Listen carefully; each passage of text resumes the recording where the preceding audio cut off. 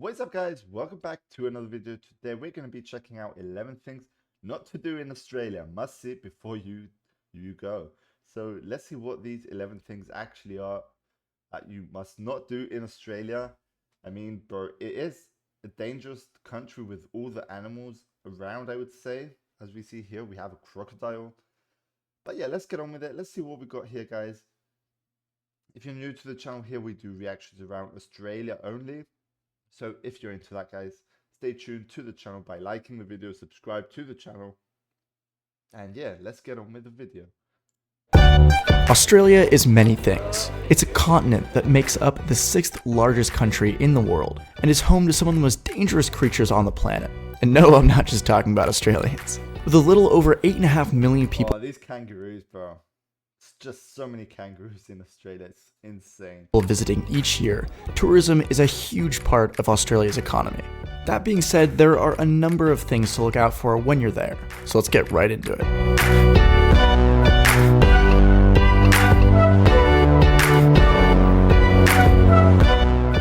Cool tune, by the way. I like that. Number 1. Don't stray from the path. With over 66 different venomous species, which is the 3rd largest concentration in the world, by the way, it's important to know where you are at all times. Now, this is especially true if you plan on trekking or camping in the outback. With things Yeah, bro. Camping in Australia, I mean, that would be scary, in my opinion. Especially if you like camping in the forest. Bro, you should know what animals could be around you. things like the common brown snake, box jellyfish, and crocodiles. There's no shortage of dangerous animals here. So it's important that you stay on the path when you're exploring. And that goes for warning signs as well, because while it may seem funny to some people from different countries, here they're very real and should be taken seriously.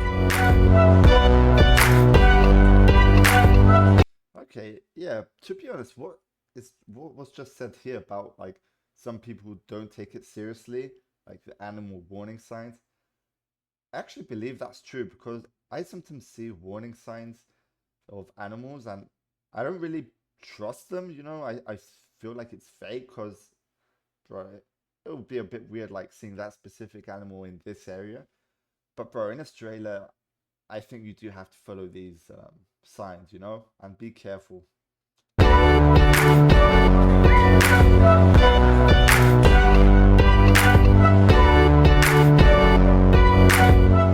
Number 2. Don't underestimate the cost. Australia is known for having one of the highest living costs in the world, and traveling there is no different. Now, of course, this is all subjective depending on where you go and where you're from, but it still might surprise you to hear that a beer costs around $9 Australian dollars. No way, And a meal bro. $9 Australian? Okay, I don't know how much that is in dollars or euros, so I'm pretty sure it's expensive though.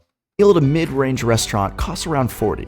Now, all in all, if you're really trying to save money, you can get it down to around 100 Australian dollars per day. And I'll just throw that number out there as an average. But between transportation, food, and lodging, the prices can get a bit expensive. So it's important that you price out your trip accordingly.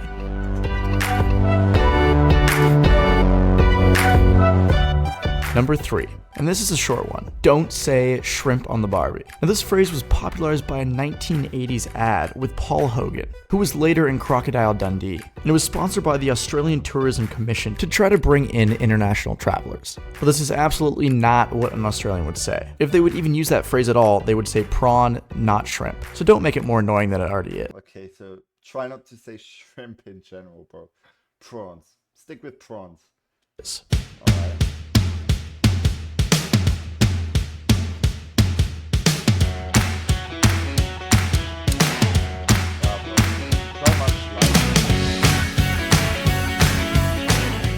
Number 4, drinking in Australia.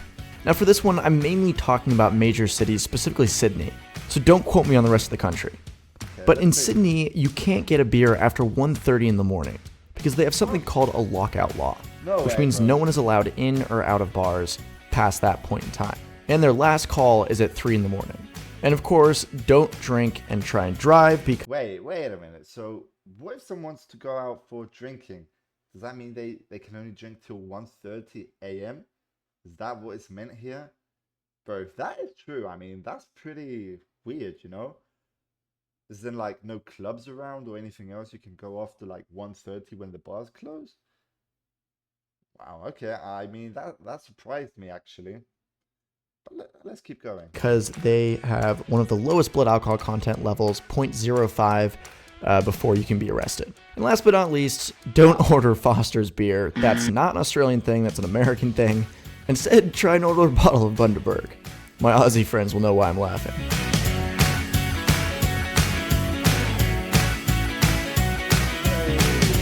He got me there. I thought I was gonna see like something else in that toilet.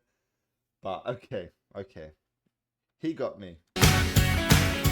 Number 5. Don't underestimate its size. Australia is a country with about 25 million people, and because it's a continent, it's made up of almost 7.6 million square kilometers. And despite the fact that the majority of its population is clustered around the coasts, in urban areas, it still means that as a tourist, it's going to take a long time to get from place to place. So it's important to take a look at exactly how long it's going to take you to complete your itinerary. Number 6. Don't always tip. Now, unlike some countries, tipping isn't required in Australia, and that's mainly because their minimum wage is the highest in the world, at around $18.93 an hour. Now, in places Wow. That is high, bro. That is bloody high, man. Okay, so no tipping in Australia, I guess. like the US, waitstaff require tips to earn a living wage, because the national minimum wage is $7.25 an hour. Now, if you have great service, for sure you should tip the person. All I'm saying is you won't be scorned like in the US if you don't. I understand. Number 7, don't rely on public transport. Now, because It's like, I'm going back to the other tipping thing now. So like in the US, I think you have to actually tip, because if you don't tip, people will get, have looking at you in a bad way or something. But in other words, in Australia, you don't have to tip. People won't look at you that way. It's like as if they're not going to say anything. So, all right. Australia is so big and so spread out, public transport is difficult to find outside major cities. It's not like Europe where you can take a train to a small town, hop off, and then hop onto another train to another small town. Australia is just too big for that to be feasible. So you're better off finding other ways to get around. All right. Number 8, don't talk about immigration. Now, forgive me if I have to generalize a bit in order to get the point across, but for the most part, many Australians dislike the way that the government handles immigration, whether they're anti-immigration or whether they're disgusted by the way the government handles refugees. Of course, there's all the people in between, but the bottom line is that immigration is a big deal in Australia, and it's easier to avoid the topic. Fair enough. Number 9, don't take anything personally. Now, Australians always seem to be joking around, and insults are one of the ways that they do that. But don't make the mistake of thinking they mean anything by it. There's a funny saying where you know that an Australian doesn't like you if they don't insult you, because it means that they actually think there's something wrong with you and that it'll offend you. Okay. It's a nice way of thinking. I mean, I sometimes do it like that as well. Like, I mess around with people, joke around, like say stupid stuff, but it's jokes, and like it doesn't mean I have something against that person. It's just like I'm good with the person, I admire him, like okay, so if I don't do that, I mean, it's a bit where I sit here, something's off. Go figure. So take everything with a grain of salt.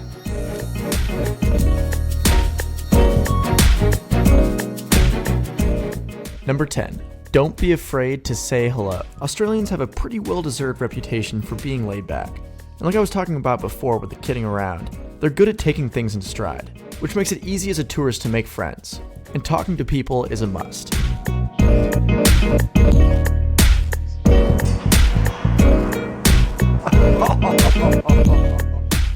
Last but not least, number 11, make sure you enjoy Australia. Australia is such a cool place with so many fun and interesting people. Wait, is that a fish? Bro, that's some big fish, man. Look at the size of that. And there's so much to do there. It's important to keep in mind that these are all general guidelines and tips that I find out while I was there.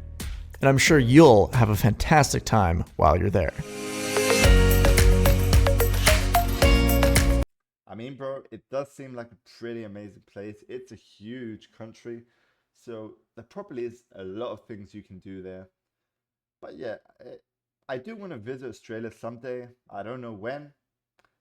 But yeah, someday we will try visit Australia as well, see what we got there. But for now, we're just watching videos, reacting to them. So yeah, if you enjoyed, guys, smash the like button, subscribe to the channel, and we'll be seeing you on the next one. I hope. Yeah, peace out.